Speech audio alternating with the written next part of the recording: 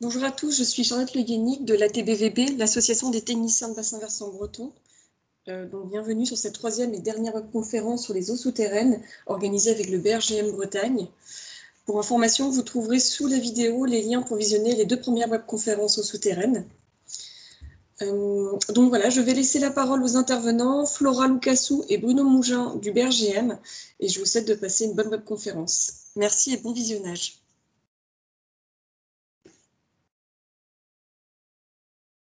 Bonjour à tous, merci de votre présence au niveau de cette webconférence. Alors juste avant de démarrer, on va resituer le cadre de cette conférence. Donc au début, il était prévu d'organiser une journée en présence physique sur place, mais en raison des conditions sanitaires, en fait, cette journée de présence physique à Mur de Bretagne a été réorganisée en 3 webconférences. Il y a eu une première webconférence qui s'est déroulée le 29 mai, qui a été animée par ma collègue Flora Lucassou. Moi, je suis Bruno Mougin, donc on est tous les deux hydrogéologues au BRGM. Et donc, à l'issue de cette première webconférence, on en a tenu une seconde qui s'est déroulée mardi matin. Et là, donc, nous sommes rendus à la troisième et dernière webconférence sur cette matinée. Alors du coup, nous serons 2 présentateurs, donc Flora et moi. On alternera en fait les prises de parole durant cette partie de matinée. Donc pendant que l'un d'entre nous sera en train de présenter en direct le diaporama, l'autre personne pourra discuter avec vous par chat. Donc n'hésitez pas à poser des questions sur le forum de discussion et comme ça on essaiera d'y répondre en direct. Sinon, on s'organisera une petite pause de 5 à 10 minutes quasiment au milieu de notre intervention pour faire venir également les questions et ne pas prendre ce temps en fait de questions. Et on reviendra également sur des petits échanges à la fin de la présentation. Donc du coup, je commence cette présentation. Je partage donc le diaporama. Et puis, n'hésitez pas déjà à me dire si ça fonctionne ou pas. Je confirme que ça fonctionne. Parfait. Alors, pourquoi moi je ne le vois pas? Qui c'est? Je mets un diaporama. Et il faut que je revienne dessus, c'est ça. Parfait. Donc, a priori, vous l'avez à l'écran, donc c'est bon. Je vérifie juste le défilement. Est-ce que... Oui, c'est ça. Donc, c'est bon, les diapositives passent. Donc, du coup, donc là, en fait, sur les premières diapositives, on a rappelé le programme qui était celui de la première webconférence, animée par Juste Flora. Ensuite, la seconde qui nous a intéressé mardi, où on était aussi tous les deux à animer la conférence. Donc, on a parlé de l'exploitation des eaux souterraines et la composition chimique des eaux souterraines. Et donc, sur cette troisième webconférence, donc, elle est prévue avec ces différents points. Donc, on va d'abord parler du réseau piézométrique régional, du réseau de suivi du niveau des nappes. Ensuite, on parlera du déroulement et des essais de pompage. Ensuite, il y aura un volet sur la partie réglementation applicable au forage. Avant des échanges entre nous, encore une fois, hein, on réservera à la fin, mais on pourra revenir aussi au fil de la présentation et après avoir fait la deuxième partie sur les essais de pompage, il y aura une dernière partie sur les autres données sur les eaux souterraines disponibles dans le CIGES Bretagne. Alors, je commence donc d'abord par cette partie de réseau piézométrique régional. Alors, le réseau piézométrique régional, c'est un réseau de suivi en continu du niveau des nappes. Et c'est un réseau actuellement qui est composé de 52 forages répartis sur la totalité du territoire breton. Donc sur les 4 départements. Alors, les différentes pastilles de couleurs indiquent qu'on a créé en fait ce réseau de toutes pièces qui n'existait pas. Et on a commencé à le créer à partir de l'année 2003. Donc en 2003, on a réalisé 16 forages, ce sont les points bleus que vous voyez. En 2004, on en a réalisé 12, ce sont les points rouges. En 2005, 10, ce sont les points marrons. Et comme ce réseau était assez récent, hein, datant des années 2000, alors que dans le reste de la France, on a parfois des points qui remontent aux années au début des années 1900, on s'est basé sur 14 ouvrages qui existaient déjà. Alors 10 qui étaient suivis par le Conseil départemental du Finistère et 4 qui étaient suivis par la DAF du Morbihan. Donc ça permettait d'avoir une petite profondeur et d'avoir cet aspect historique, puisque le point le plus ancien, qui est basé dans le Morbihan à Pleuardut, a commencé à prendre des mesures en 1980. Alors donc, ces points, en fait, sont, comme je le disais tout à l'heure, des forages. Donc, c'est des forages qui font à peu près tous une trentaine de mètres de profondeur. Et donc, l'objectif de ce réseau, en fait, c'est de mesurer en continu la profondeur des nappes phréatiques, son évolution entre les hautes eaux et les basses eaux. Alors, quand la ressource en eau est haute, on appelle ça plutôt, ou elle remonte, on appelle ça plutôt une période de recharge. Les fortes pluies vont venir alimenter les nappes phréatiques. Et au moment où cette ressource baisse, plutôt en étiage, on appelle ça la vidange. Alors, ce réseau nous permet d'améliorer nos connaissances sur les écoulements souterrains et également de mieux connaître les liens entre les nappes et les rivières. Donc, ça peut avoir des intérêts sur notamment les problématiques de sécheresse en étiage et au moment des hautes eaux également sur les phénomènes d'inondation. Alors, juste un petit mot sur la répartition de ces points. Donc, le BRGM a créé ce réseau de toutes pièces et on s'est basé sur différents critères. Alors, il y avait d'abord des critères régionaux. Il nous a fallu implanter des points dans les différentes formations géologiques de Bretagne. On s'est basé également sur les aspects climatiques pour avoir des points dans des secteurs où il pleut moins et où il pleut plus. Et on a essayé de garder une répartition assez homogène par département. Ensuite, on s'est basé également sur des critères locaux, choisi des points qui étaient en dehors d'une période, d'un secteur géographique où il y avait des pompages, donc c'est vraiment un niveau naturel. On s'est basé plutôt sur des plateaux où la variation du niveau de la nappe était plus élevée que quand on se positionne à proximité d'une rivière. Et puis on a également conventionné avec les différents propriétaires pour pouvoir accéder au site, qu'il y ait une certaine sécurité, une pérennité dans le temps. Et parfois, ces sites sont très proches de stations météo. Ça nous permet aussi de regarder les relations entre la pluie qui tombe et le niveau des nappes. Alors ensuite, comment marche ce réseau? Donc, les 52 forages correspondent donc au point de mesure. Donc, sur place, on a un forage qui capte donc un aquifère, une nappe phréatique. Dans cet aquifère, on a positionné une sonde de mesure qui nous permet d'avoir une mesure par heure sur place. Et le dispositif est équipé de moyens de télétransmission. Et donc, dans nos locaux à Rennes, ici, on a un ordinateur dédié qui interroge ces stations une fois par semaine. Et ensuite, donc, on regarde les données le lundi, en fait, en revenant au bureau, comme les interrogations se font le week-end. Et ces données, on les met à disposition du public, alors sous la forme de données journalières. On prend le maximum journalier. On les met à disposition sur la Banque nationale ADES. Donc, je vous ai mis le lien en bas de la page. Donc, grâce à ces données, on émet également des rapports, un rapport par an, et également des bulletins de situation des nappes. Alors, ces données dont je vais parler, ces mesures de fluctuation de niveau de nappe, vous les verrez donc dans le portail ADES, mais elles sont également accessibles dans le site internet CIGES Bretagne, donc CIGES comme système d'information pour la gestion des eaux souterraines.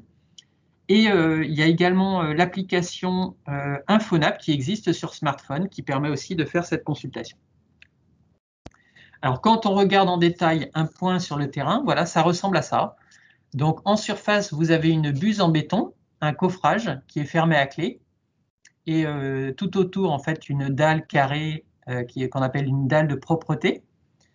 Ensuite, quand on ouvre le couvercle, c'est l'image que vous avez en bas à droite, vous retrouvez le tubage bleu du forage qui dépasse du sol. Et dans ce forage, on a mis en place la sonde de mesure, alors que vous voyez en haut à droite.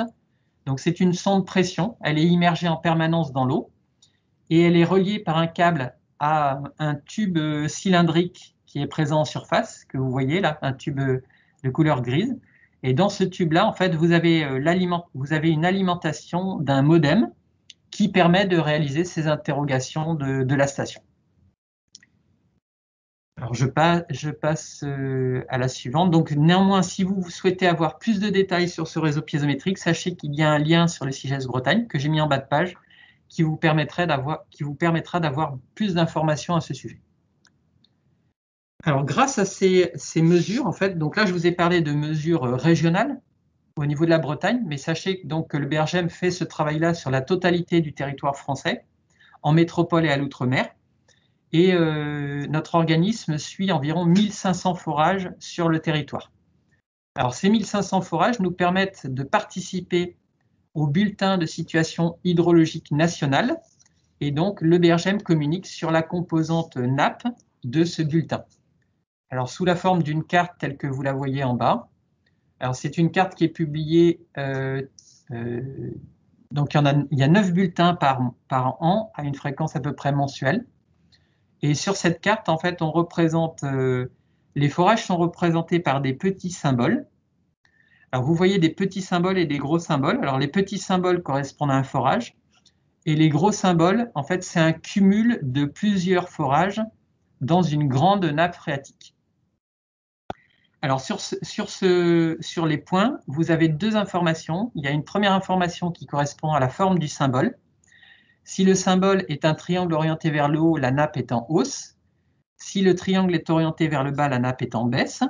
Et si on a un carré, c'est que la nappe est stable. Ensuite, la couleur du point correspond à un état statistique des niveaux du mois donné. Donc ici, vous avez une carte au 1er janvier 2017. Les points qui sont rouges, c'est qu'on est inférieur à la normale. Et les points qui sont plutôt dans des couleurs bleues, c'est qu'on est supérieur. Voilà, donc vous avez sur cette carte l'évolution récente et l'état de remplissage. Donc c'est un outil qui est assez utile, notamment au service de l'État pour avoir des éléments dans le cadre des définitions des arrêtés sécheresse et parfois des mesures de restriction d'usage de l'eau. Et cette carte nationale que vous voyez, on la décline au niveau des régions et même parfois au niveau de certains départements. Alors donc, je vous parle justement du bulletin régional. Alors c'est peut-être d'ailleurs par l'intermédiaire de ce bulletin que vous nous connaissez, Flora et moi, puisqu'on vous le communique par mail. Alors si ce n'est pas le cas, n'hésitez pas à vous signaler et nous vous diffuserons ce bulletin s'il vous intéresse. Alors donc on émet 8 bulletins par an, du mois d'avril au mois d'octobre tous les mois, et ensuite au mois de décembre. Ces données sont archivées et consultées sur le CIGES Bretagne, donc vous pourrez également les retrouver. Alors de quoi se compose ce bulletin? Il se compose de 2 pages de texte, une page de carte régionale, telle que vous voyez en bas à droite de l'écran, et également de 2 pages où on illustre la situation d'un mois donné par des graphiques de mesure en fait, de ce niveau de nappe sur certains points bretons. Alors, sur cette carte régionale, vous allez retrouver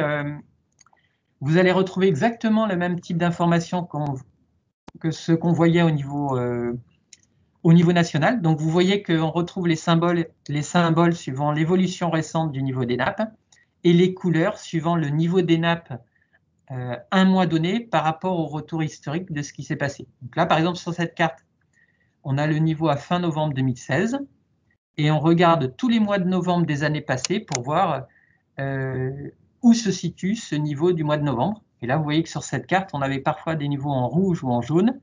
Donc, on était plutôt sur des niveaux assez bas. Alors, pour avoir quelque chose d'un petit peu plus récent, on vous a mis la dernière carte qui a été éditée par le BRGM, donc à la fin du mois de septembre. Donc, on a envoyé ce bulletin début octobre.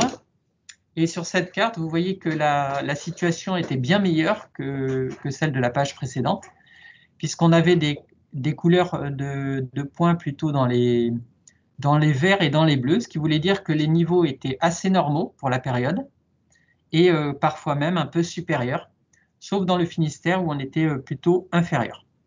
Alors vous voyez également que les points sont plutôt présents sous la forme de carrés. C'est parce qu'en fait,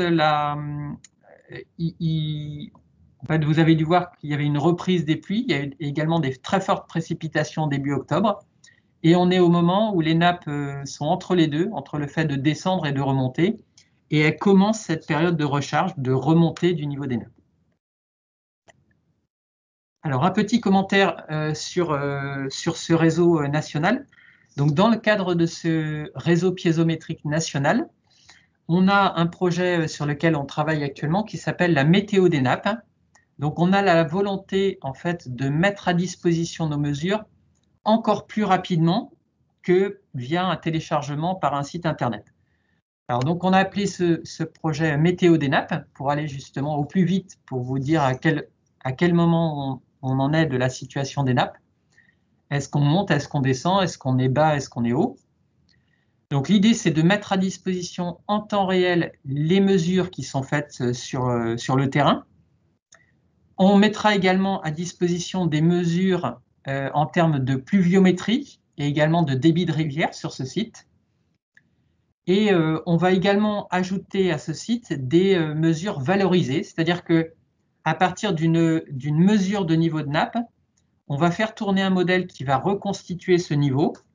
Et une fois qu'on aura calé un modèle, on pourra se permettre de lancer des prévisions sur les 6 mois à venir. Et donc, ces prévisions, on va les afficher dans le site Internet, alors sous la forme de ce graphique-là.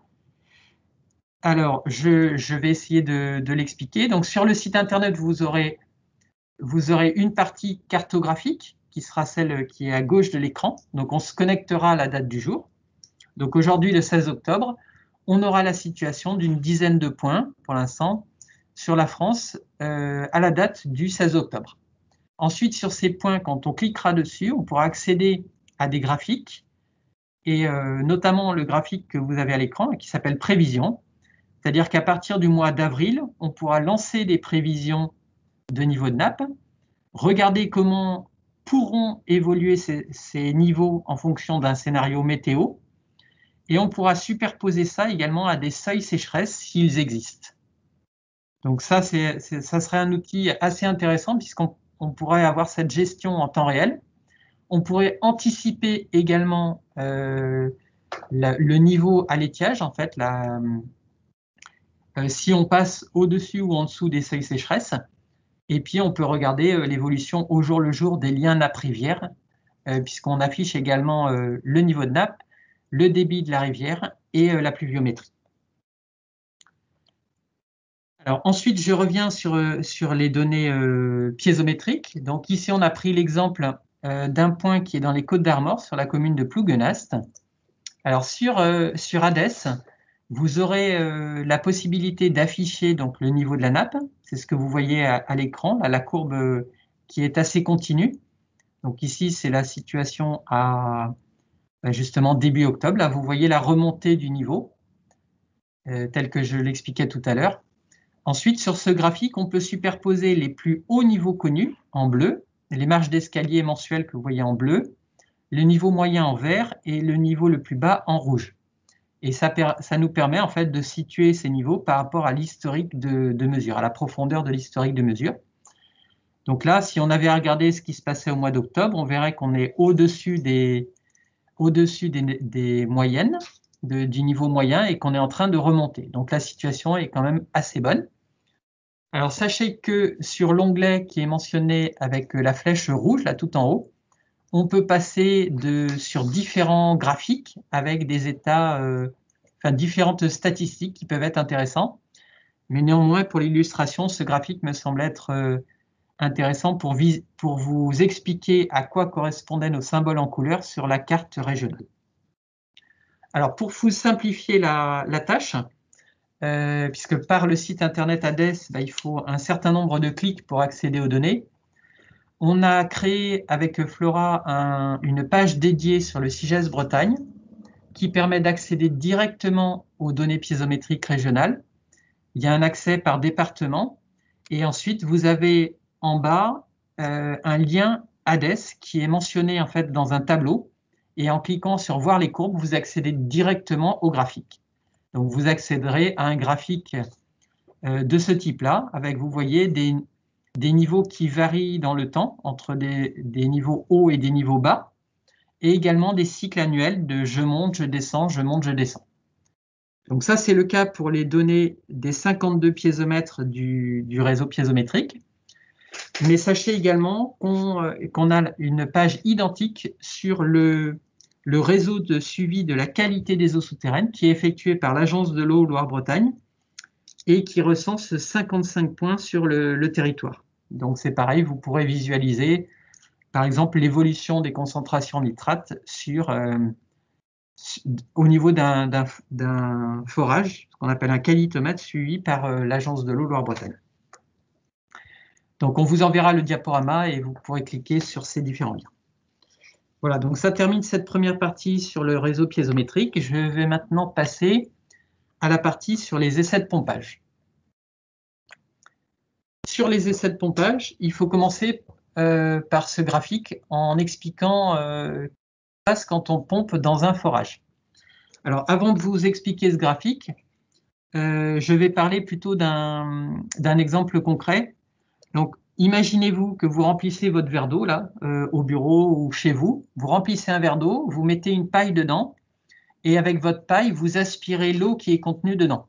Donc, vous allez faire descendre le volume du liquide et donc tout avoir dans la bouche. Alors, si j'essaye de faire une analogie avec l'image que vous avez là, donc là, c'est une coupe géologique avec un forage qui va chercher de l'eau dans une nappe phréatique. Donc, sur ce forage, vous allez avoir un tube bleu qui est descendu dans le forage, donc qui est soit plein, soit crépiné. En fait, c'est par ce tube que va se retrouver le volume. Donc ça, c'est l'équivalent de la paille qui est dans votre verre. Ensuite, l'eau qui est dans votre verre, ça sera l'équivalent de mon aquifère, de la nappe phréatique. Et quand on va prélever de l'eau, eh ben, quand on prélèvera de l'eau dans le forage, en fait, on ne fera pas via en fait, notre bouche, on fera via une pompe immergée qui sera dans le forage et qui permettra de retirer cette eau. Alors, dans un aquifère, dans votre verre, le niveau il va descendre régulièrement et il sera à l'horizontale et il va descendre jusqu'au bas de votre verre, en fait, jusqu'à ce qu'il soit vide. Dans un forage, ça se passera un peu différemment. Ce niveau, en fait, il va être au début horizontal. C'est ce qu'on appelle un niveau à l'équilibre entre la pression de l'eau et la pression de l'air. C'est ce qu'on appelle le niveau statique. Et quand on va pomper dans un forage, il va se créer en fait ce qu'on appelle un cône de rabattement, c'est-à-dire un cône inversé et qui est lié en fait au milieu, c'est-à-dire à la nature de la roche. La roche ne va pas faire circuler l'eau à la même vitesse quand on va pomper dedans. Donc ce niveau qui est en mouvement, en fait, qui est représenté en turquoise sur cette carte, on appelle ça le niveau dynamique. Et donc la différence entre le niveau à l'équilibre, le niveau statique et le niveau dynamique, on appelle ça le rabattement de la nappe. Donc voilà, juste pour vous expliquer qu'il y a ce cône qui se forme. Alors ça, c'est ce qu'on voit avec une coupe en profondeur. Si on avait à regarder ce pompage depuis la surface, on ne verrait pas un cône, mais on verrait un cercle. Alors je continue. Donc ça, j'en ai déjà parlé. Donc quand on fait un pompage dans une nappe, il y a un cône qui se crée, ce qu'on appelle un cône de dépression ou un cône de rabattement. Ensuite, en surface, quand vous regardez donc le forage vu du ciel, il faut imaginer que ce forage, plus on va pomper fort, plus il va aller chercher de l'eau loin. Et on essaye de définir cette zone comme la zone d'influence du forage, donc celle où le niveau varie entre le niveau à l'équilibre et le niveau en pompage. Donc cette zone d'influence, c'est un cercle souvent, et donc on le caractérise par son rayon pour savoir si je pompe dans mon forage, auprès de quel interlocuteur voisin de chez moi, je vais aussi influencer son niveau. Donc ça, le dernier point, j'en ai parlé. Donc la différence entre le niveau initial, le niveau statique, et le niveau en cours de pompage, le niveau de dynamique, donc c'est appelé le rabattement. Alors, quelques images complémentaires. Alors, on va d'abord regarder les deux images en haut. Alors, sur les 10 images en haut, nous sommes dans le même aquifère. Donc, imaginons un granit ou un schiste ou un sable. On va pomper à gauche faiblement, donc le niveau va descendre un peu. Et à droite, si on pompe plus fort, le niveau va descendre encore plus bas. Ensuite, les images du bas, on va pomper la même quantité d'eau, mais on ne va pas le faire dans le même milieu. Donc à gauche, on va le faire plutôt dans un milieu sableux, où la perméabilité sera élevée. Donc, je vous rappelle que c'est un paramètre de vitesse de la circulation de l'eau dans la roche. Donc par exemple dans un milieu sableux. Et à droite, on va le faire dans un milieu avec une perméabilité faible. Donc par exemple un milieu argileux de pâte à modeler où l'eau va mettre beaucoup plus de temps à circuler dans la roche. Donc si on pompe au même débit, dans le sable, le niveau va descendre un peu et dans l'argile, il va descendre beaucoup plus parce que l'eau aura beaucoup plus de mal à venir alimenter le forage. Alors, ensuite, je vais parler des essais de pompage. Donc les essais de pompage, en fait, ça sert à quoi? Alors ça sert, en fait, c'est indispensable pour connaître les capacités de production d'un ouvrage. Alors déjà, ça va nous permettre de savoir à quel débit on va pouvoir utiliser notre forage. C'est ce qu'on appelle le débit d'exploitation. Ça va nous permettre de connaître la zone d'influence ou le rayon d'action du forage.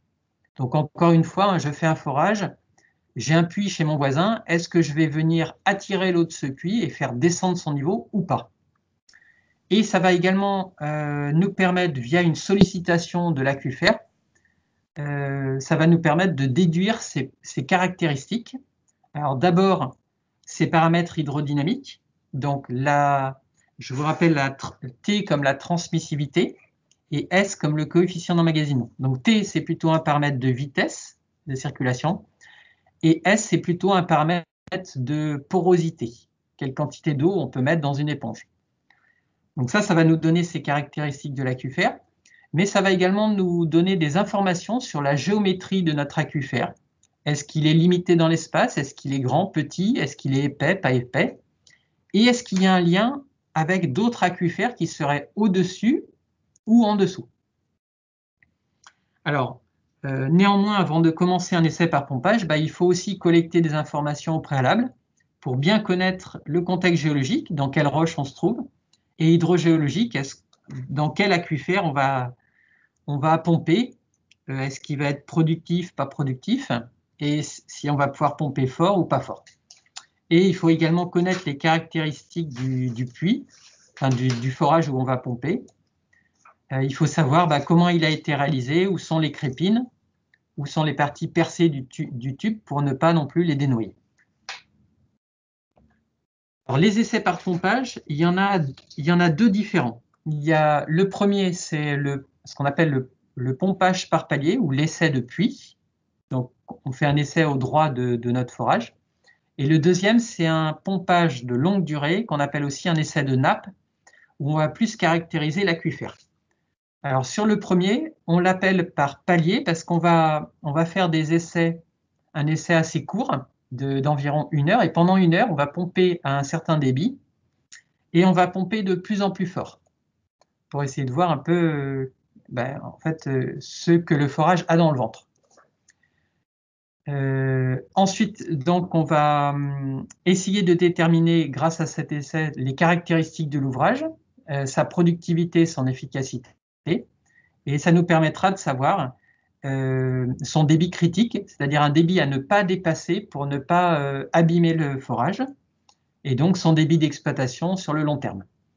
Et si on ne fait pas cet essai par palier, on risque de mettre une pompe dans un forage, de pomper un peu au hasard, et d'abîmer, de détériorer l'ouvrage. Ensuite, le deuxième essai, c'est le pompage longue durée.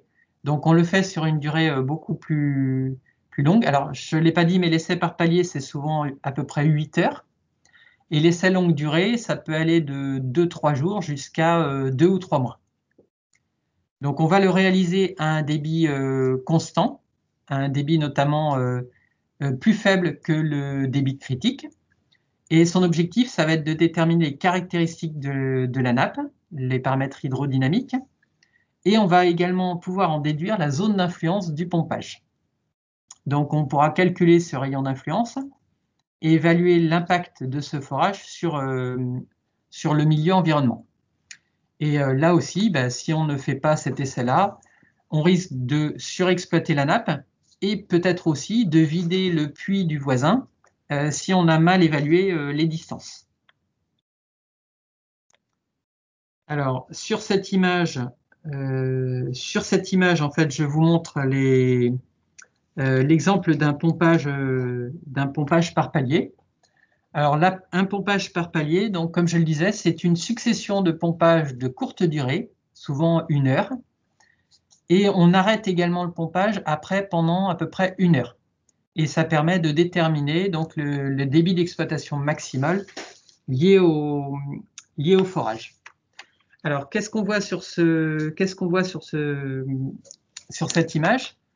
Alors, on représente en abscisse, on représente le temps en minutes. Donc là, je parlais de pompage d'1 heure, mais en fait, ils sont en réalité de 30 minutes. Donc, on a commencé par pomper un petit peu moins de 1 mètre cube heure pendant une demi-heure. Donc, ça a fait descendre le niveau qui est représenté en ordonnée.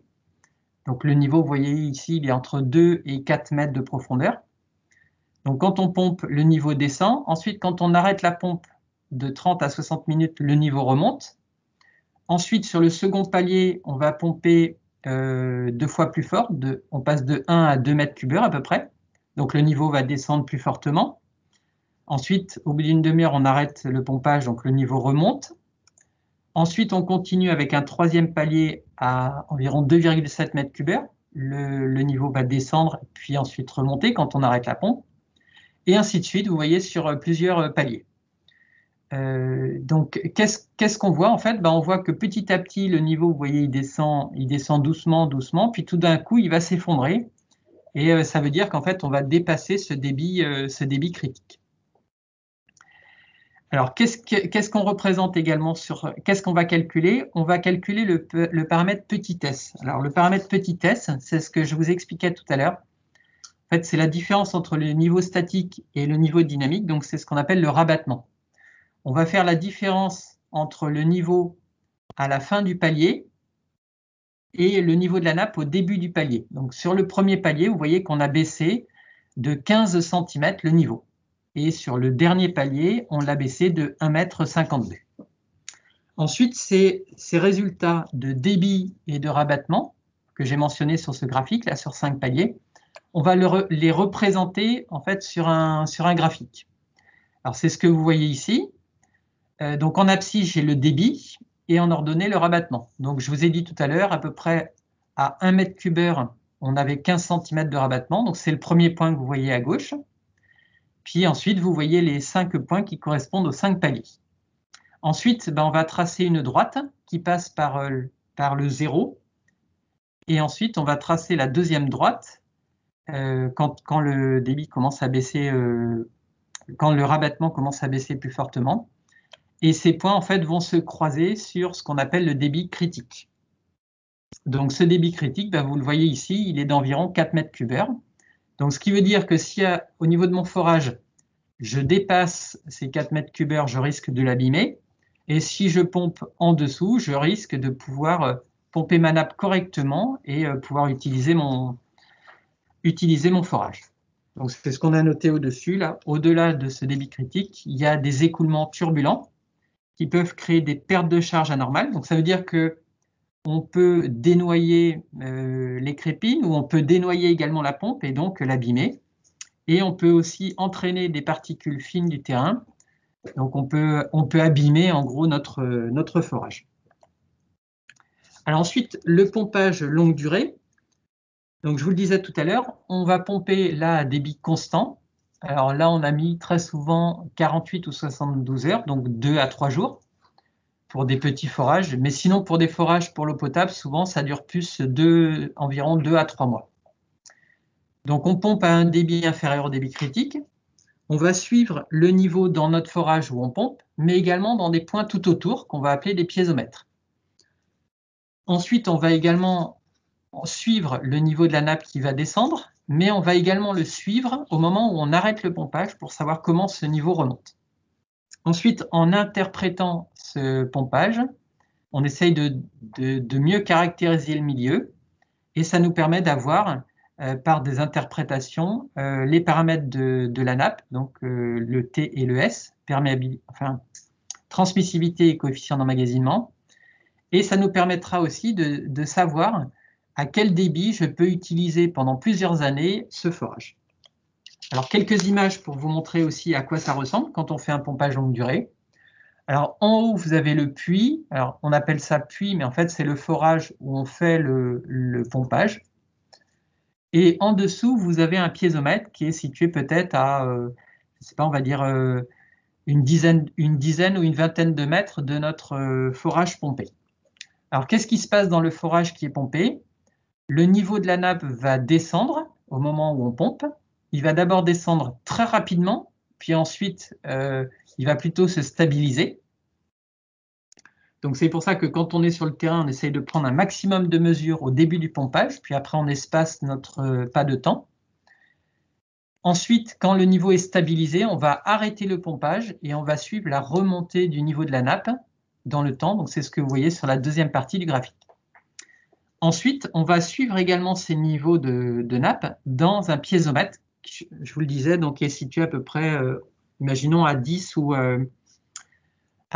20 mètres de distance.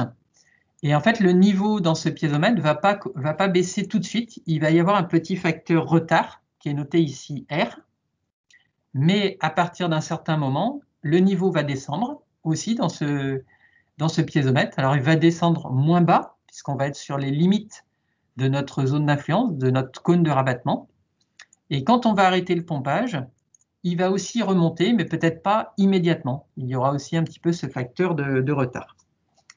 Alors, je vous parlais tout à l'heure des paramètres de transmissivité et de coefficient d'emmagasinement. Donc, la transmissivité, on va pouvoir la déduire de la baisse du niveau, mais également de la remontée. Donc, on va représenter en fait un rabattement en fonction du log du temps. Ça, je vais vous le montrer juste après. Et le décalage temporel de réaction du piézomètre, ça va nous renseigner sur le coefficient d'emmagasinement, c'est-à-dire la porosité de l'aquifère. Alors du coup, dans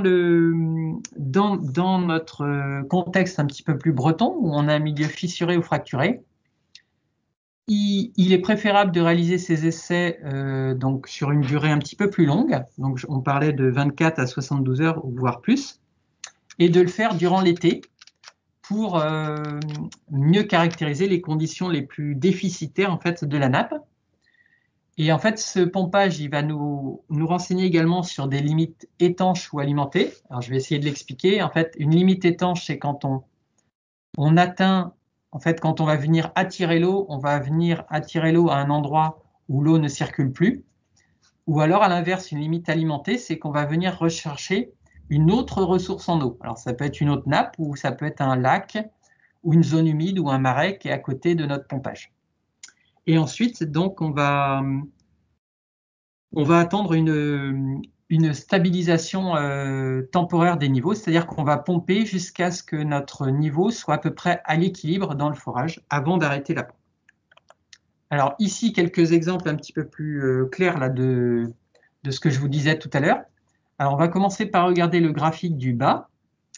Le graphique du bas, on représente en abscisse le log du temps et en ordonnée, on représente S le rabattement. Donc quand je vous montrais tout à l'heure une courbe qui était en train de descendre avec une forme exponentielle vers le bas et une stabilisation, ça sera plutôt la première partie de la courbe que vous voyez en bleu.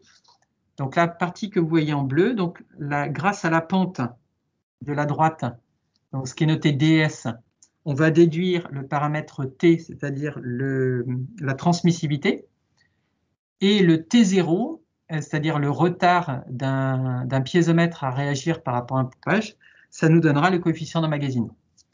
Alors ensuite, on va regarder les images qui sont au-dessus. Alors à gauche, vous avez une limite étanche. On pompe dans un aquifère qui est en vert, et quand le cône de rabattement atteint l'aquifère qui est en rouge, cet aquifère qui est en rouge, il va être beaucoup plus compact et avoir très peu d'eau souterraine.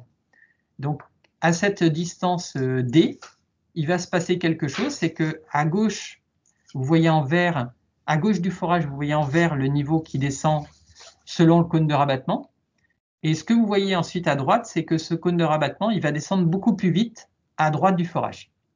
Donc, ça va être représenté sur le graphique du bas par la courbe verte, où vous voyez que la pente de la droite, elle va s'effondrer, et elle va s'effondrer avec le double de la pente de ce qu'on a au début.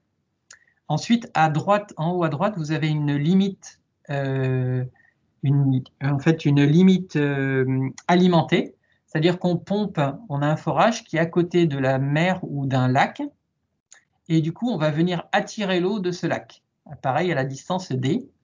Et sur l'image que vous voyez en dessous, cette limite alimentée, en fait, on la représente sur la courbe rouge. Ça veut dire qu'en fait, la pente de la droite, elle va s'annuler et devenir horizontale, puisqu'en fait, on va venir attirer de l'eau qui vient d'ailleurs, qui ne vient pas de notre nappe phréatique. Voilà. Alors, tout ça, c'est bien beau, c'est un peu de la théorie. Néanmoins, ce qui est assez intéressant, c'est de regarder plutôt un cas concret. Alors, je vous ai montré ici un cas concret. Donc, on était dans l'exemple d'un forage qui était utilisé pour prélever de l'eau et irriguer un terrain de foot. Alors, c'est l'image que vous avez en haut à droite. Vous avez un forage. Vous voyez, il y a un petit cahier qui est posé sur une partie en verte, là. Donc, sous cette partie en verte, on peut ouvrir un capot et voir le forage. Et juste à côté, vous voyez, à quelques mètres, on a un puits. Et ce qu'on voulait savoir, c'est si on pompe dans le forage, est-ce que notre puits il va être influencé par ce pompage ou pas? Alors, ça peut aussi être le cas. Alors, avec la carte que vous avez à gauche, vous avez un projet de forage qui est représenté par un rond rouge. Et tous les points bleus que vous voyez autour, avec des flèches, correspondent à des forages. Donc, ça veut dire que quand on fait un forage, il faut aussi s'intéresser au fait que les voisins, ils ont sans doute aussi un forage et qu'il ne faut pas venir les ennuyer ou prélever également leur eau. Il faut que tout le monde arrive à s'en sortir. Donc, qu'est-ce qu'on essaye de faire? On essaye de définir un rayon d'influence du forage. Donc, je vous parlais tout à l'heure d'un cône de rabattement qui, quand on le regardait vu du ciel, avait la forme d'un cercle. Et vous voyez, on va essayer de tracer ces rayons fictifs, donc un rayon peut-être minimum et un rayon maximum. Donc, c'est ce qu'on va essayer de faire via un... Je vais vous montrer en fait comment on fait ce calcul de ces rayons. Alors, premier calcul, on va se baser sur un rayon théorique. Alors, on va essayer de le faire sans avoir réalisé un pompage sur le forage. Alors, comment on le fait? En fait, on va se baser sur la quantité d'eau qu'on pompe et la quantité d'eau qui va venir alimenter la réserve souterraine. Alors, la quantité d'eau qu'on pompe dans le forage, on va appeler ça le volume V, comme un volume annuel. Alors, dans l'exemple qui est en dessous, c'est noté exemple Q comme débit égale 25 mètres cubes heure par jour. Si on multiplie par 24 heures, on trouve 600 mètres cubes par jour. Et si on multiplie par 365 jours, on aura prélevé dans notre forage, enfin, on souhaite prélever dans notre forage 219 000 mètres cubes par an. Ensuite, on va regarder la pluie qui va venir alimenter notre réserve en eau souterraine. Donc, on va se baser plus sur la pluie efficace. Et on va prendre une valeur, on va estimer que 40% de cette pluie s'infiltre dans la nappe ou 60% de cette pluie s'infiltre dans la nappe. Donc, dans l'exemple du dessous, on a une pluie efficace à 400 mm qui représente 0,4 mètres d'eau par an. Ensuite, la surface au sol qui va être concernée par ce volume et cette pluie va être calculée sous la forme suivante. Donc, la surface au sol, ça va être le volume divisé par un certain pourcentage de cette pluie efficace. Alors, en dessous, vous avez un exemple. Le volume, on le retrouve donc... alors, la surface, on l'appelle grand S. On va donc diviser le volume, donc les 219 000 mètres cubes par an. On va les diviser par 40% de la pluie efficace, donc de 0,4 mètres, ou 60% de 0,4 mètres. Donc, dans le premier exemple, on a 137 hectares qui sont influencés. Et dans le deuxième exemple, on a 91 hectares qui sont influencés. Il pleut un peu plus, donc c'est plus faible. Donc, ça correspond à des rayons de 660 mètres dans le premier cas et 539 mètres dans le second cas. Alors ensuite, cette surface, c'est la surface d'un cercle. Donc la surface d'un cercle, c'est πr2, et c'est comme ça qu'on en déduit, depuis une surface, le rayon. Donc grâce à ça, on peut avoir une idée de quelle serait l'influence de mon forage sans avoir fait de pompage sur le secteur. Et donc, jusqu'à quelle distance je vais baisser le niveau de la nappe. Alors ensuite, ce qui est plus intéressant, c'est d'avoir un calcul réel. Alors le calcul réel, on ne peut le faire que si on a interprété un pompage d'essai et qu'on a calculé les paramètres hydrodynamiques de l'aquifère, donc la transmissibilité en mètres carrés par seconde, et S, le coefficient d'emmagasinement qui est sans unité. Alors comment on s'y prend? On calcule avec cette formule 1,5 racine de TT sur S. Alors le grand T, c'est la transmissibilité. Le petit t, c'est la durée du pompage en secondes. Et le grand S, donc le coefficient d'emmagasinement. Donc, grâce à cette formule, vous voyez que plus on va pomper longtemps, plus ce rayon il va s'agrandir. Alors, pour prendre un exemple de calcul, je vous donne quelques valeurs. En transmissibilité 1,5, 10-2 mètres carrés par seconde. En durée de pompage, 24 heures. Et en coefficient d'emmagasinement, on va imaginer que c'est 10%. Donc, du coup, on va faire ensemble ce calcul. Alors, la transmissibilité, elle est en mètres carrés par seconde, donc l'unité est bonne. La durée du pompage, elle est de 24 heures, donc il va falloir la convertir en secondes, comme on a des secondes avec la transmissibilité. Donc, ça donne 86 400. Et le coefficient d'emmagasinement, je vous disais 10%, donc ça va être 0,10. Donc, la formule, je vous disais 1,5 racine de TT sur S, donc on va faire ce calcul. Et ça va aboutir au résultat d'environ 170 mètres. Donc là, ça permet d'avoir une idée précise de ce rayon réel. Alors néanmoins, comme vous l'avez vu, il faut connaître les paramètres T et S. Alors pour connaître ces paramètres, ce qu'on peut vous conseiller si vous n'avez pas fait de pompage, c'est d'aller consulter 2 pages du CIGES Bretagne qu'on a mis là, où on vous donnera des gammes de valeurs de ces paramètres dans différentes formations géologiques. Ensuite, je passe au point suivant. Alors, ce qui peut arriver également, c'est que sur un territoire, on n'a pas qu'un seul pompage à un endroit donné, mais qu'on en ait plusieurs. Alors, je prends l'exemple, par exemple, d'un serriste qui est en train de produire des tomates. Il va avoir pour alimenter ses serres un forage, mais peut-être un autre, puis un deuxième, puis un troisième, puis un quatrième. Et donc, quand il va pomper dedans, en fait, les cônes de rabattement vont venir s'ajouter et il va donc pomper cet aquifère. En fait, les pompages vont avoir une influence les uns sur les autres. Et du coup, ça peut entraîner une zone d'influence beaucoup plus importante. Dernier point sur ces pompages, je vais parler de la surexploitation d'un ouvrage. Je vous en ai parlé tout à l'heure. Si on ne réalise pas bien les essais par pompage, on pourra abîmer l'ouvrage. Et donc, dans les causes en fait, de cette surexploitation, il y aurait le non-respect du débit critique, on pompe trop fort, ou alors on a mal fait le forage, ou alors, encore une fois, on le pompe trop fort. Alors, quelle est la conséquence de cette surexploitation? C'est on va augmenter le rabattement, c'est-à-dire la nappe va descendre trop loin. On risque de dénoyer les crépines. Donc, ça peut, si on dénoie ces crépines, on peut venir mettre de l'oxygène dans certaines formations géologiques. J'ai parlé mardi de la pyrite, qui pouvait donner de la rouille dans un forage. On peut aussi entraîner des particules fines dans le trou du forage et donc l'abîmer. Et tout ça, ça fait diminuer sa productivité.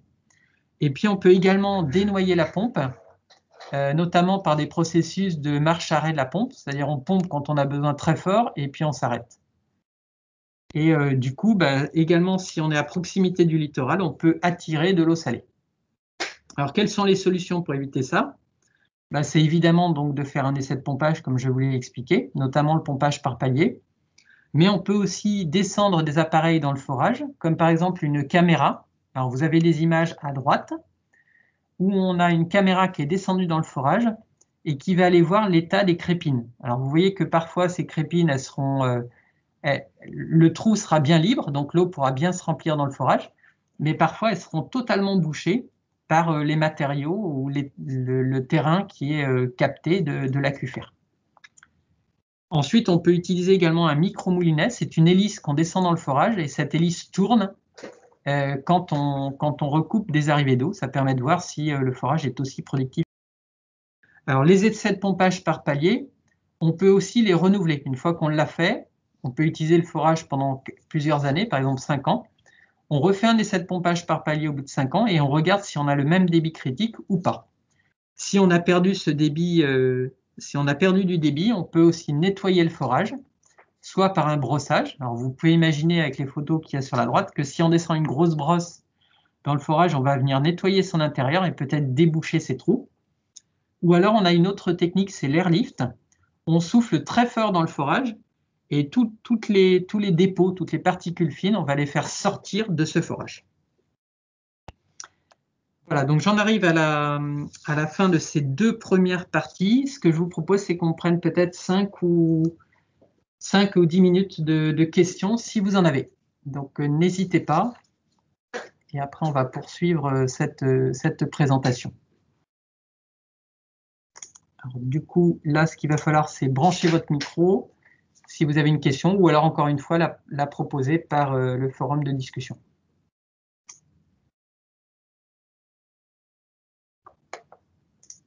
Est-ce que vous avez des questions? Ou tout était clair? Non. Peut-être il y a eu des remarques tout à l'heure, il n'y a pas besoin de revenir dessus? Non, il n'y a pas eu de remarques particulières. D'accord. En attendant, peut-être, si jamais... Ah, je vois que... Bonjour, Émilie Colossi, Cossage Argoët Trégorguelo. Oui. Moi, je me posais la question, mardi, on a dit qu'on avait une connaissance partielle des forages existants, notamment forages agricoles. D'accord. Comment on s'y prend concrètement pour avoir une connaissance, pour prendre en compte les autres forages autour ou les autres ouvrages autour, ce que vous venez d'expliquer là sur les zones d'influence Oui. du forage. Voilà. Comment concrètement on fait si on n'a pas, compte tenu du fait qu'on n'a pas une connaissance complète de tous les ouvrages existants? D'accord, merci pour la question, Émilie, et c'est parfait. En fait, merci d'avoir posé parce que ça va rejoindre une question que Jérôme Vassal avait également posée sur ces aspects déclaration de forage et connaissance notamment de ceux qui ne se sont pas déclarés. Alors, première chose, donc on vous a cité mardi des exemples comme Infoterre ou comme le CIGES qui permettent d'afficher les points d'eau qui existent autour d'un secteur où on veut faire un forage. Donc ça, c'est la première chose. Néanmoins, comme on l'a bien dit, tout n'est pas recensé. En fait, nous, on met à disposition dans ces sites internet les données qui ont été déclarées, mais celles qui ne sont pas déclarées, on n'en a pas connaissance.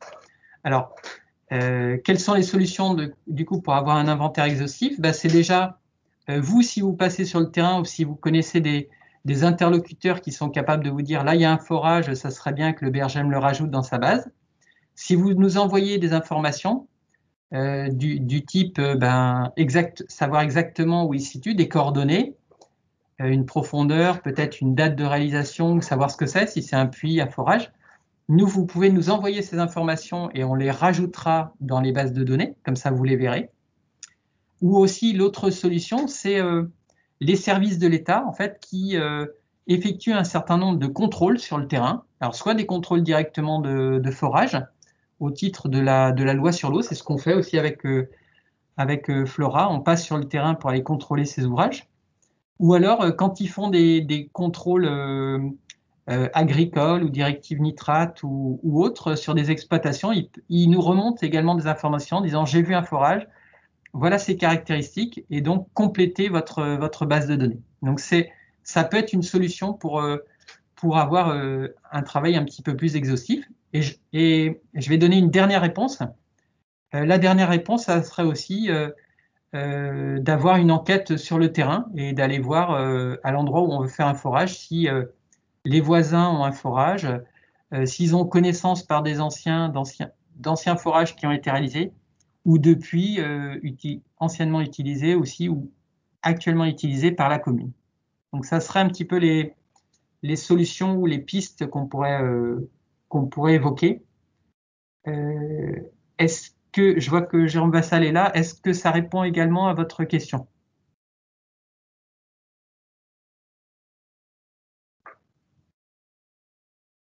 Alors, merci d'allumer le micro. Bonjour Bruno. Oui, c'est bonjour. moi qui avais posé cette question, Bruno. Pardon? Je n'ai pas posé de questions, là, Bruno. Ah, d'accord. Ah, bah alors, pardon, c'est qu'on avait… Charlotte nous avait dit que vous aviez posé la question oui, lors de l'enquête de. Désolé, je me suis un tout petit instant, d'accord. Ah bah oui, tout à fait. Donc, c'était par l'intermédiaire de l'enquête que Charlotte nous a relayé cette question. Donc, on s'est permis d'essayer d'y répondre en même temps. Ouais, bah, merci beaucoup. OK. Super. Est-ce que vous avez d'autres questions?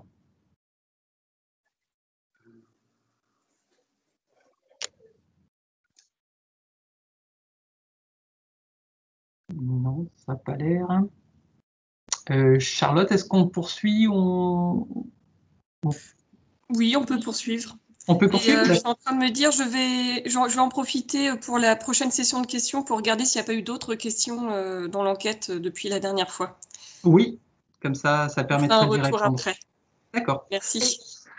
Et pendant la dernière session de questions, donc à la fin de la présentation, on pourra également échanger sur vos besoins de connaissances sur les eaux souterraines, éventuellement, si on n'a pas répondu à toutes les questions, s'il y a encore certaines interrogations sur vos territoires, des exemples concrets, n'hésitez pas à nous en faire part également.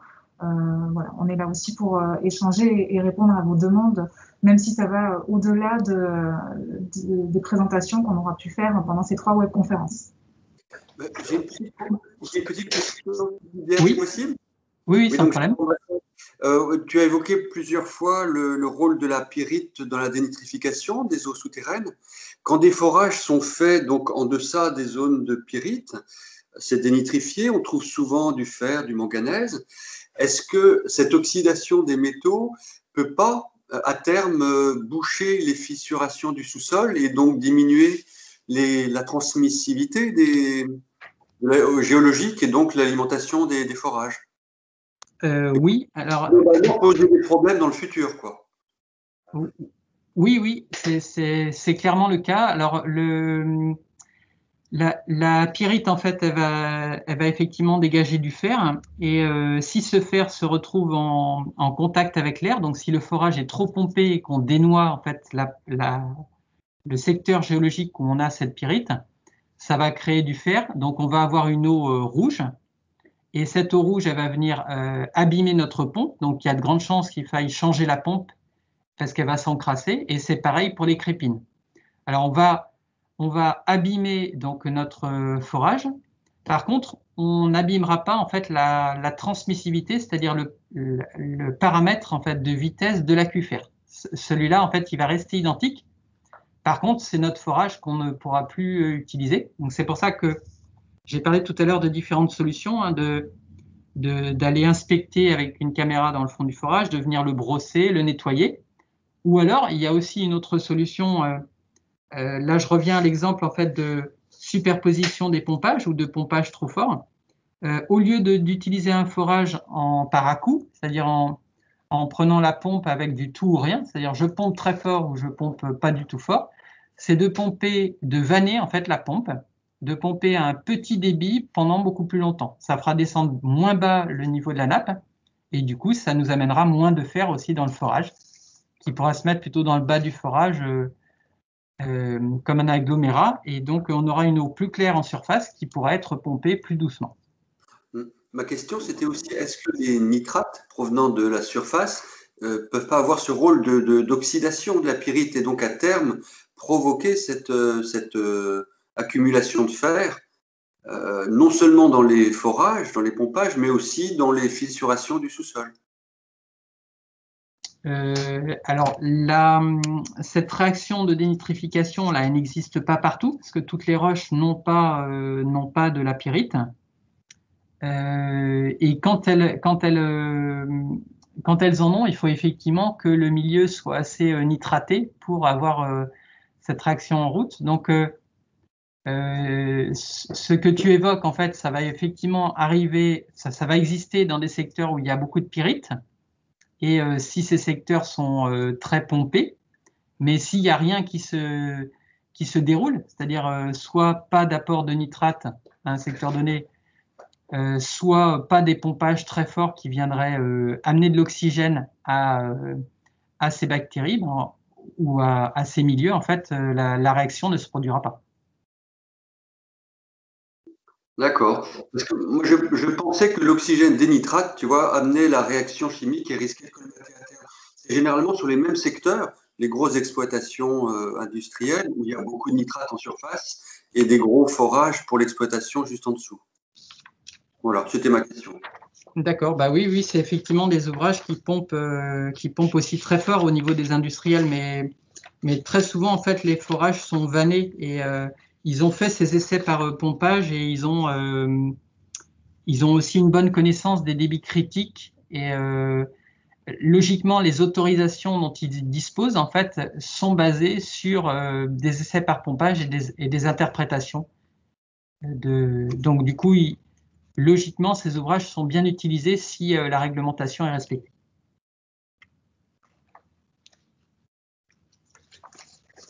Parfait. Ben donc, je passe la parole à Flora pour la suite.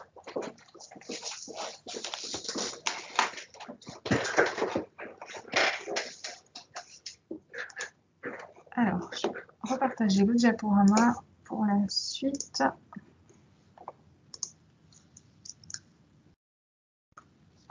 On va passer à la partie sur la réglementation applicable au fourrage d'eau, aux puits et aux sources.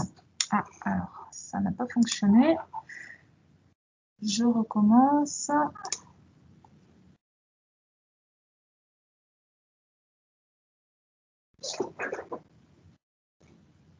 Ah non, là, on est bon. à la première diapo, donc ça va pas être très pratique. Bah, tu peux passer sinon. Tu peux passer sinon. On avait eu le même souci énorme. Ouais.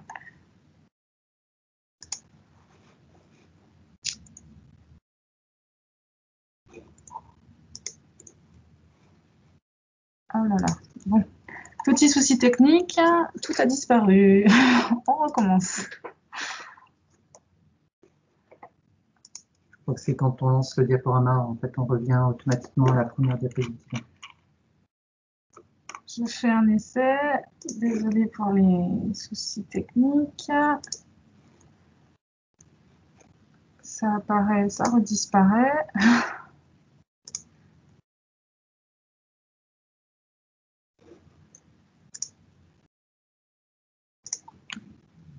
Voilà, là, ça devrait être bon. Alors, on est passé donc à la partie réglementation. C'est pas toujours la partie la plus sympathique parce que, comme vous allez le voir par le schéma juste sur la diapositive suivante, ça reste assez complexe. Il faut savoir que dans le site internet CIGES Bretagne, vous avez une rubrique réglementation qui reprend toutes les informations à différentes échelles, la réglementation au niveau national, mais aussi au niveau régional éventuellement, départemental ou plus local. Donc, vous pourrez également retrouver ces informations-là sur le CIGES Bretagne. Alors, que se passe-t-il quand on fait un fourrage d'eau? En fait, on a beaucoup de questions à se poser, qui sont résumées ici sur cet organigramme, sur lesquelles on a rajouté petit à petit les différentes réglementations qui se sont ajoutées. Normalement, il y a une mise à jour d'une plaquette forage qui est en cours et qui est prévue, et donc on devrait avoir quelque chose d'un peu plus joli et agréable à regarder d'ici l'année prochaine. Alors, quand on est propriétaire d'un futur forage, on doit se poser, selon l'ouvrage et selon les réglementations applicables, les obligations vont être différentes. La première question à se poser, c'est la question de la profondeur du forage. Actuellement, si on fait un forage de plus de 50 mètres de profondeur, on est soumis à une demande d'examen au cas par cas réalisée par la DREAL Bretagne. Et donc, j'y reviendrai juste après dans la suite de la présentation pour vous expliquer un peu plus la procédure. Si on ne rentre pas dans ce cadre-là, on doit ensuite se poser la question de la présence de... Est-ce qu'on se trouve dans une installation classée pour la protection de l'environnement? Donc, par exemple, un élevage assez conséquent, donc une installation classée élevage ou une industrie. Dans ce cas-là, la procédure est particulière et en fait, notamment pour les installations classées qui sont soumises à autorisation, quel que soit le volume qu'on prélève, l'ouvrage va être réglementé et va devoir faire l'objet d'un document d'incidence. Donc, adressé à différents organismes La DREAL va se charger de l'instruction pour les installations classées industrielles et c'est la DDPP, Direction départementale de la protection des populations, qui va se charger de l'instruction pour les dossiers ICPE élevage. Si jamais on n'est pas en installation classée, on passe dans les colonnes situées à gauche de l'organigramme. Il va falloir se poser la question du volume. Si on prévoit moins de 1000 mètres cubes, si on prélève moins de 1000 mètres cubes par an, on est soumis à la réglementation sur les forages à usage domestique. Et là, il va y avoir besoin d'une déclaration en mairie. Les mairies ont rempli un formulaire papier que les mairies ensuite intègrent sur un site internet de télédéclaration.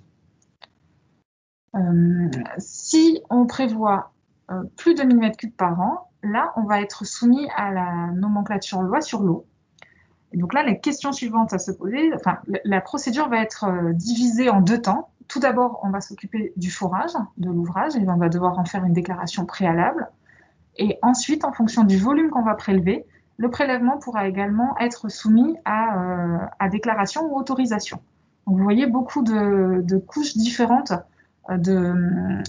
réglementaires et plusieurs étapes pour la déclaration d'un forage. Donc, cette partie-là, tout ce qui est en vert, c'est la DDTM qui va s'en charger. Il faut savoir aussi qu'il y a une autre réglementation qui s'applique, c'est le code minier. Et en fait, tout forage de plus de 10 mètres de profondeur doit faire l'objet d'une déclaration au titre du code minier, 1 mois avant les travaux. C'est transmis à la DREAL Bretagne et ça nous est transmis également, nous, au BRGM.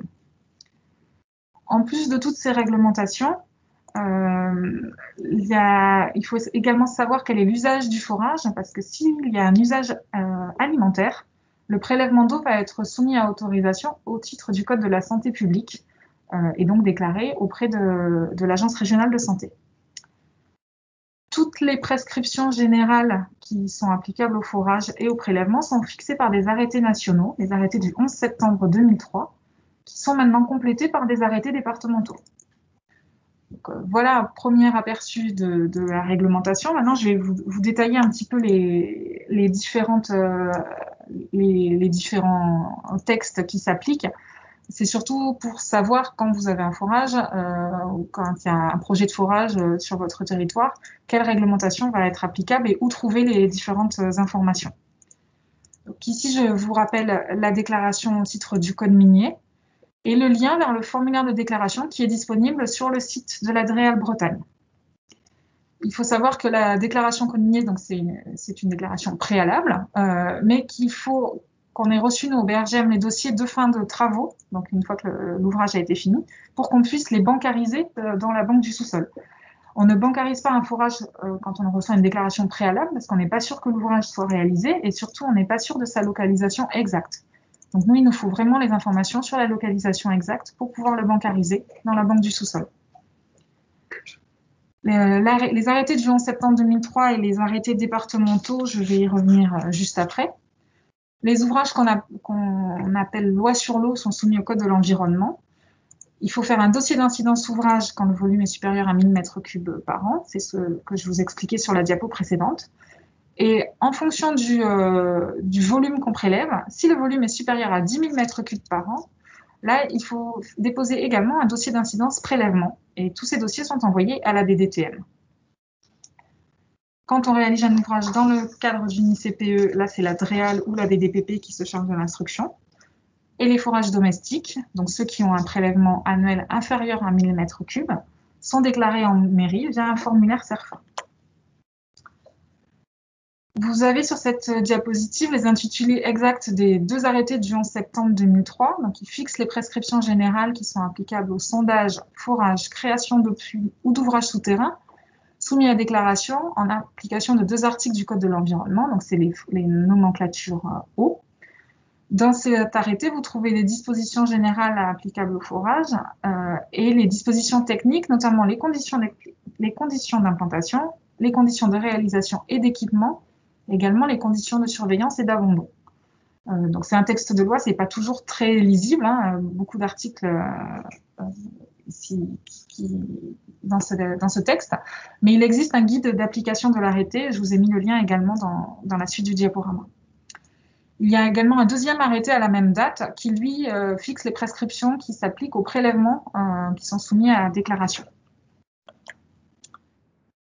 Un exemple illustré d'un article de l'arrêté du 11 septembre 2003, c'est sur les distances qui s'appliquent, les critères d'implantation des différents forages. Donc, en fait, aucun forage ne peut être effectué à proximité d'une installation qui est susceptible d'altérer la qualité des eaux souterraines. Ça, c'est l'article 4 de l'arrêté qui définit des distances en fonction des différentes activités.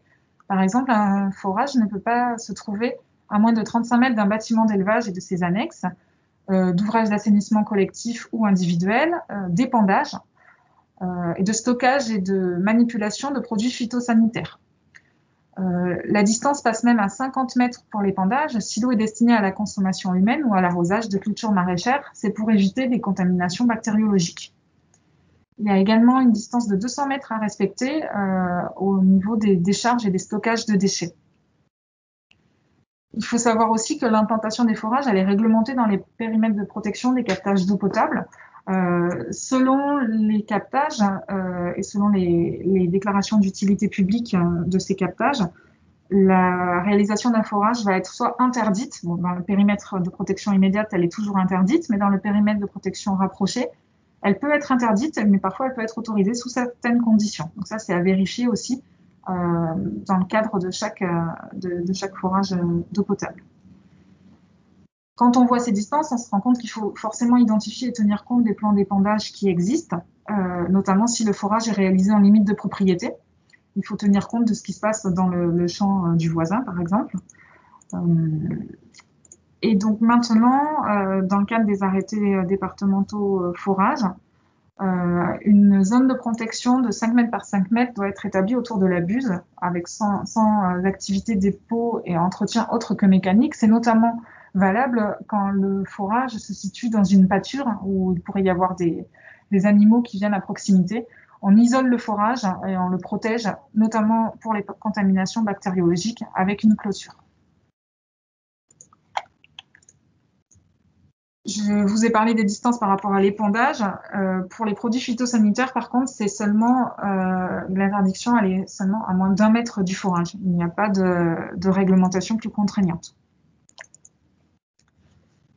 Pour compléter ces arrêtés du 11 septembre 2003, les différents départements bretons ont décidé de réaliser en concertation un arrêté préfectoral forage.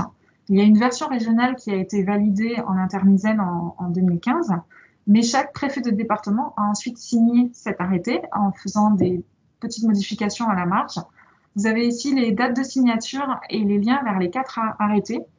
Voilà, le premier a été signé dans le Finistère en 2016 et le plus récent en Ille-et-Vilaine en 2019. Il faut savoir que l'arrêté des Côtes-d'Armor est en cours de révision. Ces arrêtés viennent compléter l'arrêté national, notamment pour préciser certains points qui pouvaient rester assez flous dans la réglementation nationale. On vous a parlé de la cimentation à réaliser au niveau d'un forage, la cimentation de 5 cm sur 10 mètres de profondeur, tout autour du forage, dans l'espace annulaire, pour éviter une contamination des eaux de surface, une contamination des eaux souterraines par les eaux de surface. Donc là, la profondeur et l'épaisseur de la cimentation a été précisée dans ces arrêtés. Il y a également un point de vigilance sur les forages réalisés en milieu littoral, où on a besoin de suivre la conductivité pour éviter d'attirer le biseau salé. Quand on réalise un forage, il faut faire attention, si on est également connecté au réseau public, de ne pas avoir de communication entre le réseau public et l'eau du forage. Dans l'arrêté, dans l'arrêté national, on parle d'installer une pièce de plomberie particulière, un disconnecteur qui empêche tout retour d'eau depuis le forage vers le réseau public. Mais il existe une solution qui est moins coûteuse et parfois plus facile à mettre en œuvre. C'est seulement la déconnexion physique des réseaux. En fait, aucune communication possible entre les deux réseaux.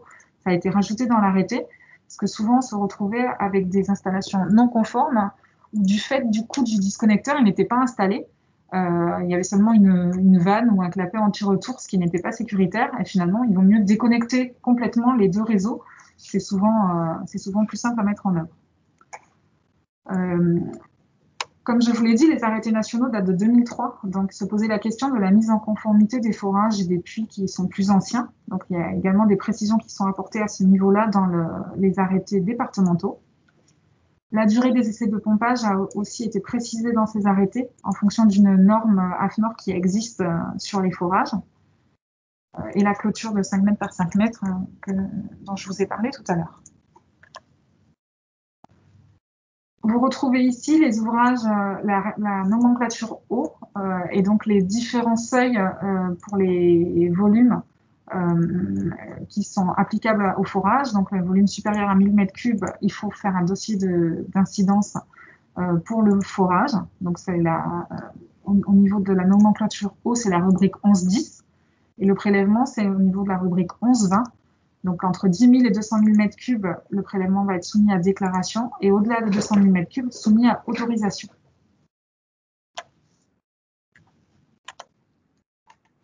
Quand on se trouve dans une ICPE, là, c'est des textes particuliers qui s'appliquent. Je ne vais pas vous les détailler ici. Ça dépend, il y a différents aussi statuts d'ICPE soumis à déclaration, autorisation ou enregistrement. Mais il faut savoir que la procédure installation classée prévaut sur la procédure loi sur l'eau dans ces cas-là. Actuellement, depuis le décret d'août 2016, il y a une nouvelle procédure qui s'est installée, une procédure préalable avant de réaliser un forage. Les forages d'approvisionnement en eau qui ont une profondeur supérieure ou égale à 50 mètres sont susceptibles d'être soumis à une évaluation environnementale à la suite d'un examen au cas par cas réalisé par la DREAL. En fait, on remplit un formulaire à CERFA de demande d'examen au cas par cas qu'on transmet à la DREAL. Et la DREAL, selon certains critères, va juger si le forage nécessite une étude d'impact préalable avant son implantation. Donc ça, c'est une réglementation qui s'est ajoutée. Alors, l'examen au cas par cas ne concerne pas que les forages, mais il y a une rubrique particulière qui concerne les forages. Il y a également la disposition 7 du stage 2016-2021 qui s'intitule « Maîtriser les prélèvements d'eau » qui s'applique au forage et qui va conditionner la possibilité ou non de réaliser un forage d'eau selon les territoires, notamment avec deux rubriques. La rubrique 7B2 qui concerne les bassins avec une augmentation plafonnée des prélèvements. Ça s'applique à tous les bassins versants bretons. Et la rubrique spécifique 7B3, bassin avec un plafonnement au niveau actuel des prélèvements à l'étiage qui concerne seulement le stage Vilaine. Donc, quand on réalise un nouveau forage, la police de l'eau va vérifier qu'on n'atteint pas les quotas qui ont été attribués par bassin versant sur la période 2016-2021 avant de pouvoir réaliser le forage. Les prélèvements d'eau potable vont être exclus des quotas, c'est-à-dire qu'on peut réaliser un nouveau prélèvement d'eau potable. Par contre, ils sont pris en compte dans les bilans. Donc, une fois qu'on a réalisé un prélèvement d'eau potable, il rentre en compte dans le volume total qui peut être prélevé sur un bassin versant. Un cas particulier, c'est la réglementation qui s'applique au forage de géothermie. Donc, la géothermie, c'est l'utilisation de la chaleur du sous-sol pour pouvoir chauffer des bâtiments. Il y a maintenant, depuis 2015, une nouvelle réglementation sur les forages géothermiques dits de minime importance. Qu'est-ce que c'est un forage géothermique de minime importance? Ça va être un forage qui est inférieur à 200 mètres de profondeur. C'est ce que vous avez indiqué sur le schéma en jaune orangé. Une puissance installée de moins de 500 kW et une température de l'eau inférieure à 25 degrés. Ça concerne la plupart des installations géothermiques qui sont réalisées en Bretagne. Il y a des décrets qui vont définir et encadrer la réglementation, des arrêtés également. Et en fait, la déclaration de ces forages, maintenant, s'effectue en ligne sur le site géothermie-développement-durable.gouv.fr. Et donc, une particularité, ce sont pour l'instant les seuls forages qui sont télédéclarés. Toute la partie déclarative se fait en ligne. Et pour en savoir plus, vous trouverez sur cette diapositive la rubrique géothermie du CIGES Bretagne et un site web particulier qui a été réalisé en collaboration entre l'ADEME et le BRGM qui s'appelle géothermie.fr, géothermie au pluriel. Vous y trouverez toutes les informations si cette thématique vous intéresse. Concernant les forages domestiques, donc ce sont les forages avec un volume inférieur à 1000 m3 par an. C'est un formulaire CERFA qu'il faut déposer en mairie. Vous avez ici l'image de ce formulaire.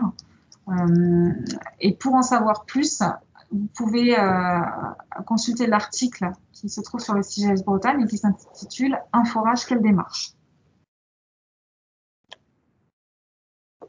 Dans le CIGES Bretagne, il y a également un article intitulé « Prescriptions techniques » dans lesquelles on retrouve l'essentiel des informations que je vous ai données ici, avec notamment 2 plaquettes d'informations sur les forages.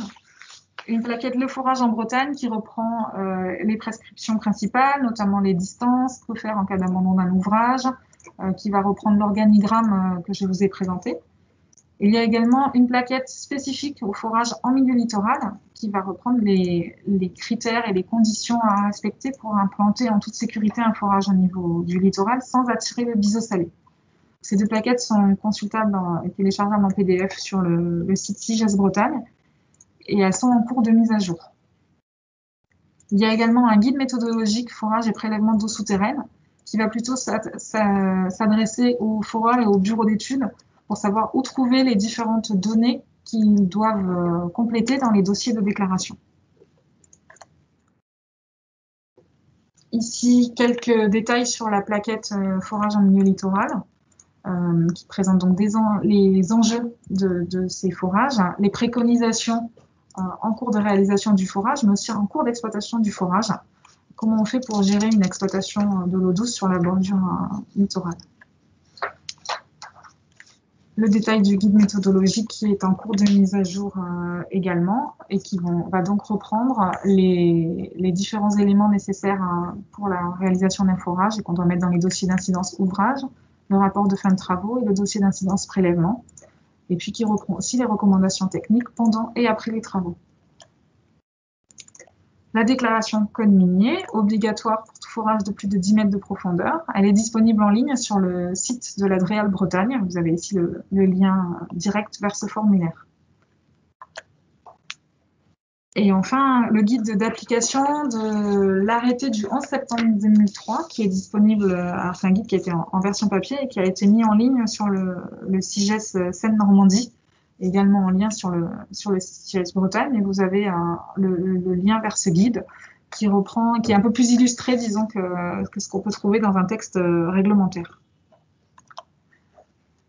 Enfin, les forages sont encadrés par 2 normes AFNOR. Alors, les normes AFNOR, elles ne sont pas disponibles en ligne, donc je vous ai mis les références, mais vous n'avez pas de lien direct pour pouvoir y accéder. Mais il faut savoir qu'il y a la norme NFX 10-999 d'août 2014, qui est spécifique au forage d'eau et de géothermie pour la réalisation, le suivi et l'abandon des ouvrages de captage ou de surveillance des eaux souterraines.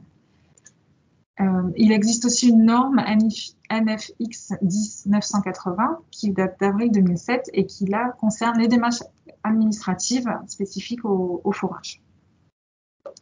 Voilà pour la partie réglementaire. Donc, vous l'avez vu, ça reste assez complexe. Beaucoup d'organismes en fait sont concernés selon l'usage de l'ouvrage, selon le volume prélevé, on va s'adresser à différents organismes pour l'instruction de ces dossiers. Je vous propose de terminer cette présentation avec d'autres données qui sont disponibles dans le CIGES Bretagne et qu'on n'a pas encore évoquées avec vous pendant ces différentes webconférences.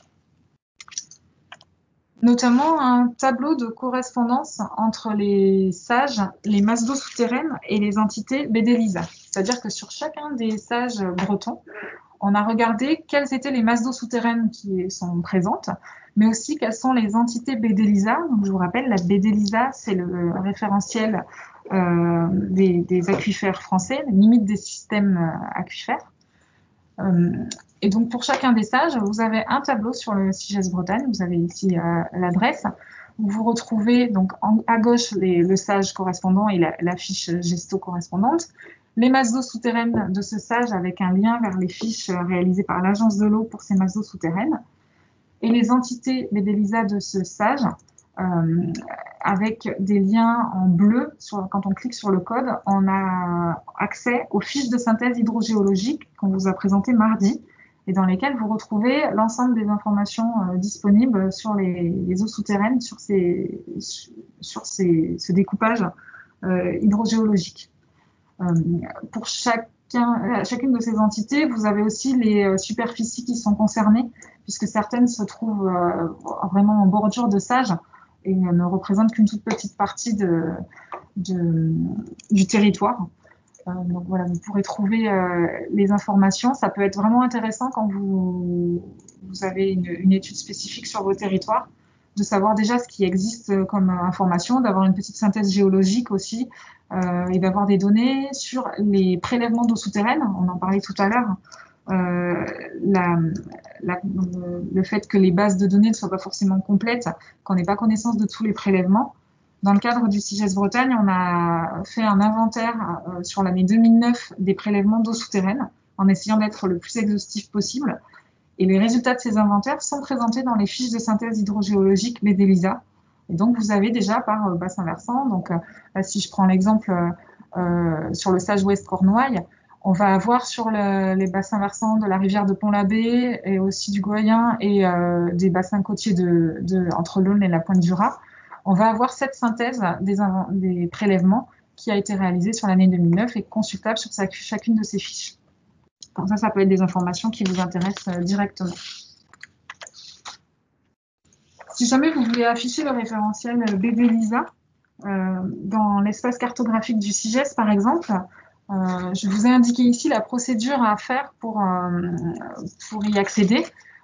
Quand vous ajoutez une couche dans l'espace cartographique du CIGES, vous allez dans BDELISA, vous pouvez cocher entité hydrogéologique et après il y a une petite manipulation spécifique à faire pour n'afficher en fait qu'une seule entité et ne pas afficher toutes les entités sur toute la Bretagne. Si vous voulez afficher un secteur précis, il faut retourner sur l'espace cartographique du CIGES sur le premier bouton couche affichée.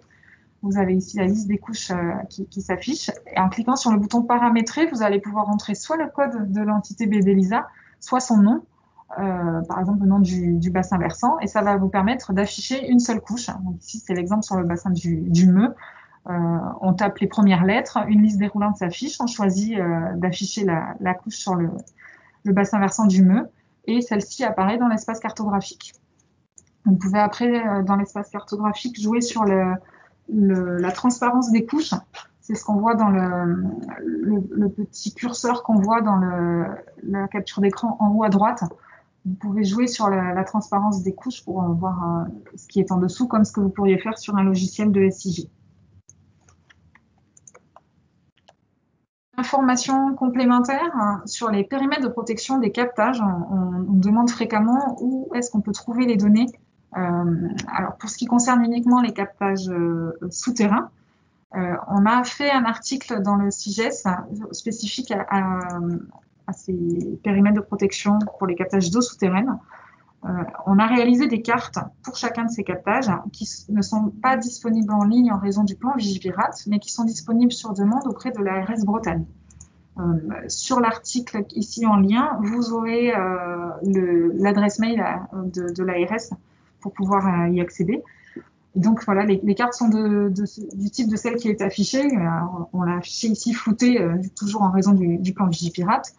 Vous avez donc les différents périmètres, la localisation des captages, le nom de l'installation et la correspondance entre le code national CISO, donc la base de l'Agence régionale de santé, et le code BSS, la banque du sous-sol, donc la base BRGM. Il y a tout un travail de mise en cohérence de ces deux bases qui a été réalisé. Je vous rappelle également que la liste des captages d'eau potable peut être consultée, les captages souterrains, peut être consultée dans le site internet ADES en mode authentifié. Vous pouvez avoir accès à la liste par un département ou par région. Si ça vous intéresse, il y a également une lettre d'information sur les eaux souterraines en Bretagne qui s'appelle CIGES Bretagne Info et qui diffuse régulièrement des actualités relatives aux eaux souterraines et au CIGES Bretagne. Elle est diffusée par mail, donc il y a une liste à peu près de 300 destinataires.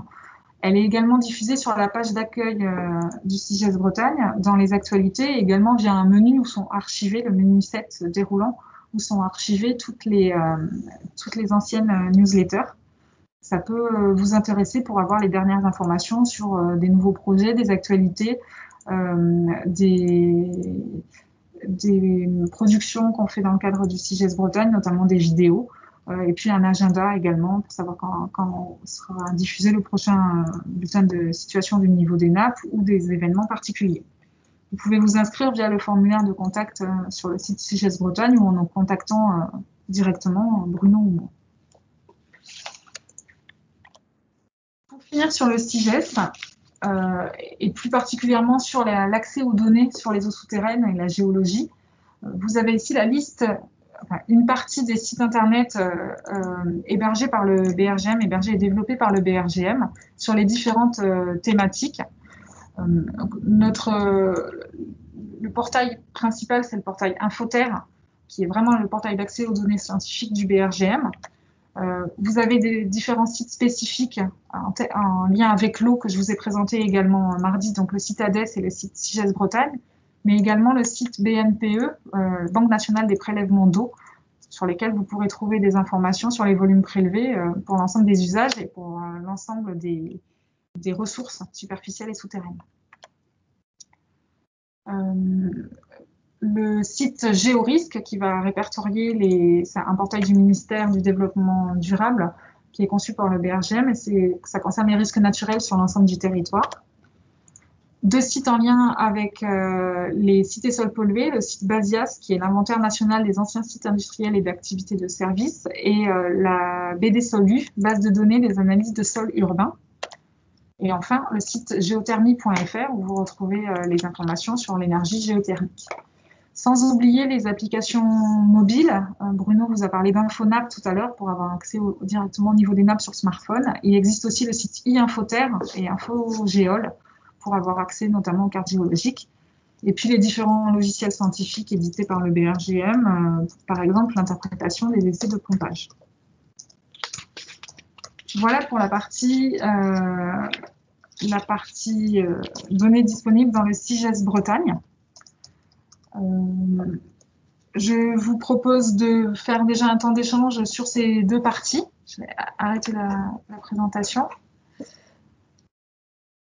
Si vous avez des questions à la fois donc, sur la réglementation de CIGES Bretagne, mais également si vous avez des questions sur ce qui vous a été présenté pendant cette webconférence ou sur les deux précédentes, il restera une dernière petite diapositive, c'est par rapport à des questions qui ont été posées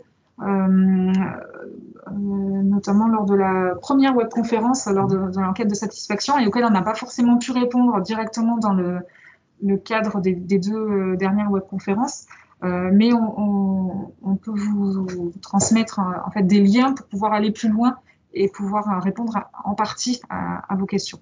Voilà, mais déjà dans un premier temps, on va peut-être voir si vous avez des questions sur ce qui vous a été présenté.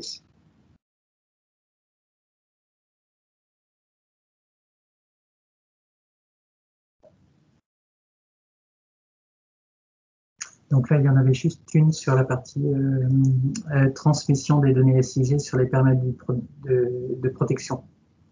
Donc j'ai indiqué, comme tu l'as bien dit, qu'en fait c'était lié au plan Vigipirate et que s'il y avait des données SIG ou cartographiques à récupérer, il fallait passer par l'ARS. Oui, voilà. Sachant que les cartes existent pour les périmètres de protection d'eau souterraine, mais il n'y a pas forcément d'équivalent à l'heure actuelle pour les eaux de surface. Est-ce que vous avez d'autres questions par rapport à ce qui vous a été présenté? Il faut ouvrir le micro du coup et puis n'hésitez pas à poser la question directement.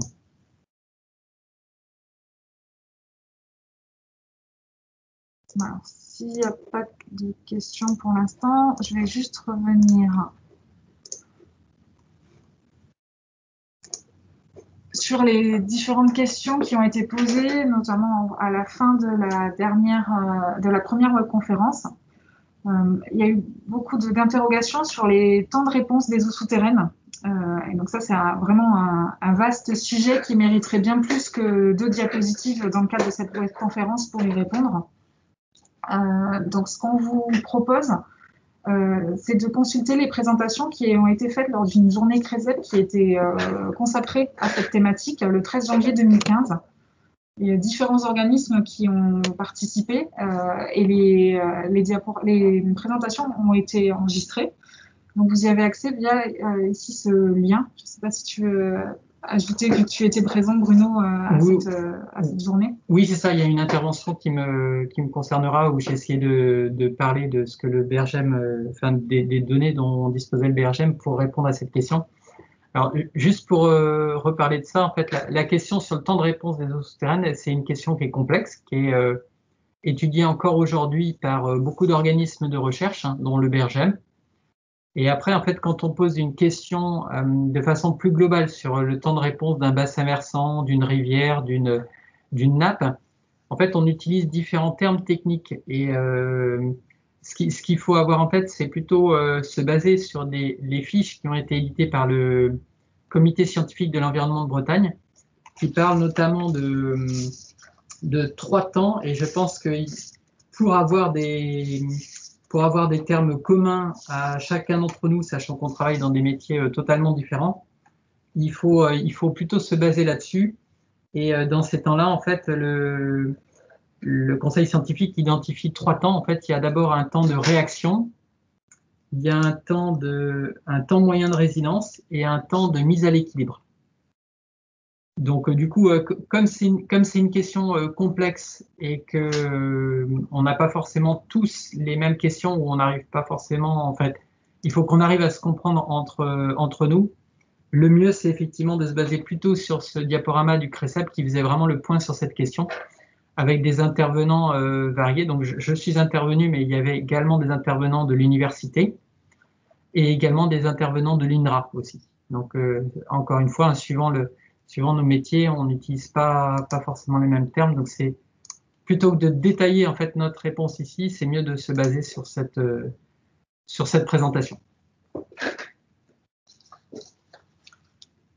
Il y avait également eu des questionnements dans le cadre des études HMUC qui sont en train d'être mises en place sur certains des sages en Bretagne, notamment sur la nécessité de prendre en compte les eaux souterraines dans ces études qui sont souvent orientées plus hydrologie et milieu superficiel, alors qu'il faut vraiment voir la ressource en global et prendre l'ensemble du cycle de l'eau, à la fois eau souterraine et eau de surface, ce qui n'est pas forcément évident, mais il faut bien avoir ça en tête. Il y a une étude régionale de la DREAL qui est en cours et dont vous avez peut-être entendu parler sur cette thématique, et on sait qu'il y a déjà des réflexions en cours sur plusieurs sages. Et c'est pour ça que certains éléments qui vous ont été présentés peuvent aider à la meilleure compréhension des eaux souterraines sur ces territoires. Sachant qu'il reste encore sûrement beaucoup de questions. Et vous aurez peut-être vous-même des questionnements sur les eaux souterraines dans le cadre de ces études. Juste un petit mot à dire là sur ces études HMUC. Donc, on a été informé très récemment là, par le CRESEB que le CRESEB allait se pencher sur cette thématique là, des études HMUC et avait prévu d'organiser une journée sur ce thème-là au premier trimestre 2021. Donc, ça sera aussi l'occasion d'avoir une vision partagée sur ces éléments-là et notamment sur les éléments à rassembler pour bien réaliser ces études HMUC. Et donc, dernier point, si vous souhaitez avoir des informations sur les différents projets récents ou en cours au BRGM, il y a une page spécifique sur le CIGES Bretagne qui s'appelle Études récentes dans la partie hydrogéologie. Vous avez le lien ici. Vous y trouverez notamment les résultats des projets sur le biseau salé et puis des projets qui sont en cours de finalisation et pour lesquels il y aura des informations à venir. Il y a également un webinaire du CRESEB le 27 novembre 2020 qui concernera les nappes réservées à l'eau potable et les 2 projets récents du BRGM, le projet Anaphore et le projet ICAR, dont vous avez peut-être entendu parler parce qu'ils ont été présentés au dernier Carrefour de l'eau. Et donc, il y aura un séminaire spécifique avec l'Agence de l'eau Loire-Bretagne et le BRGM sur la présentation de ces études pour une bonne appropriation des résultats dans les territoires.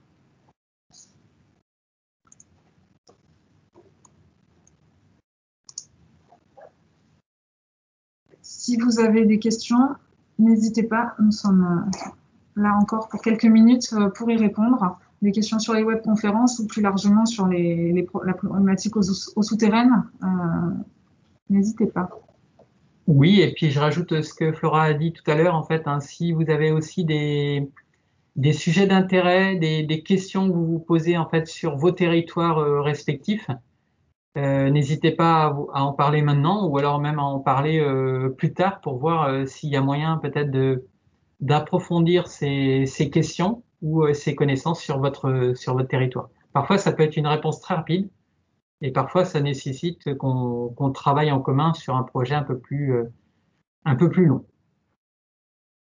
On a notamment travaillé avec le sage Argoat Trégor-Gouello hein, sur des problématiques un peu aussi associées aux eaux souterraines et au pompage.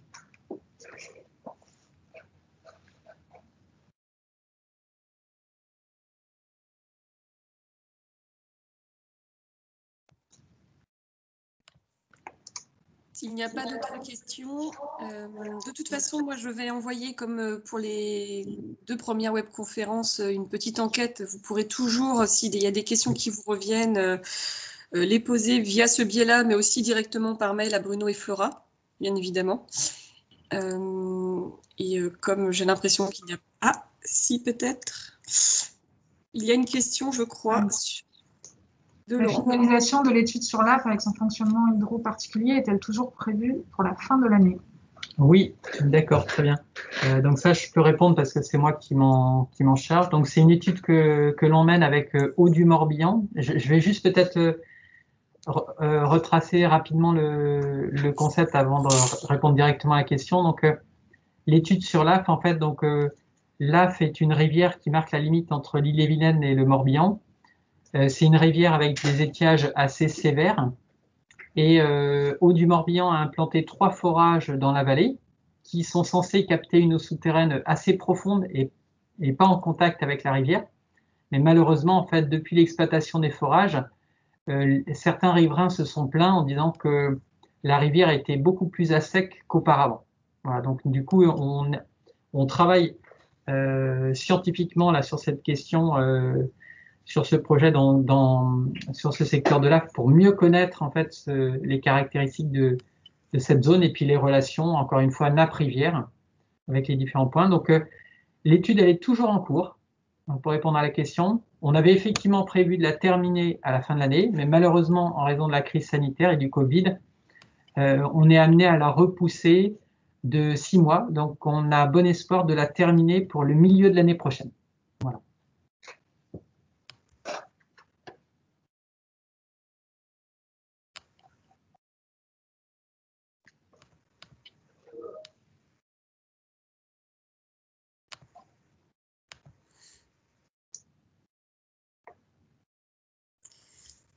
S'il n'y a pas d'autres questions, je pense qu'on va pouvoir clôturer cette session de formation sur les eaux souterraines.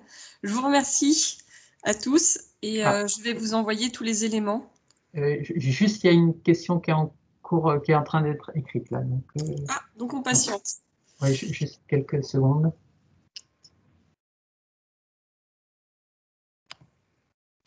Ah non, donc c'est juste pour, c'est des remerciements. D'accord. Non, mais c'est bon. On peut clôturer du coup. Très bien. Eh bien, on peut clôturer. Je vous remercie, Flora et Bruno. J'attends juste l'enregistrement et le diaporama. Comme ça, je referai un article sur le site internet et j'enverrai à tout le monde tout diaporama et lien des 3 webconférences. Voilà. Donc, merci à tous. Merci Flora, merci Bruno. Et je vous souhaite à tous une bonne journée et un bon week-end. Merci à tous et encore merci Charlotte pour l'organisation des 3 sessions et la logistique, c'était pas forcément toujours simple à gérer. Et merci à tous pour votre participation. Bonne journée, à bientôt. À bientôt.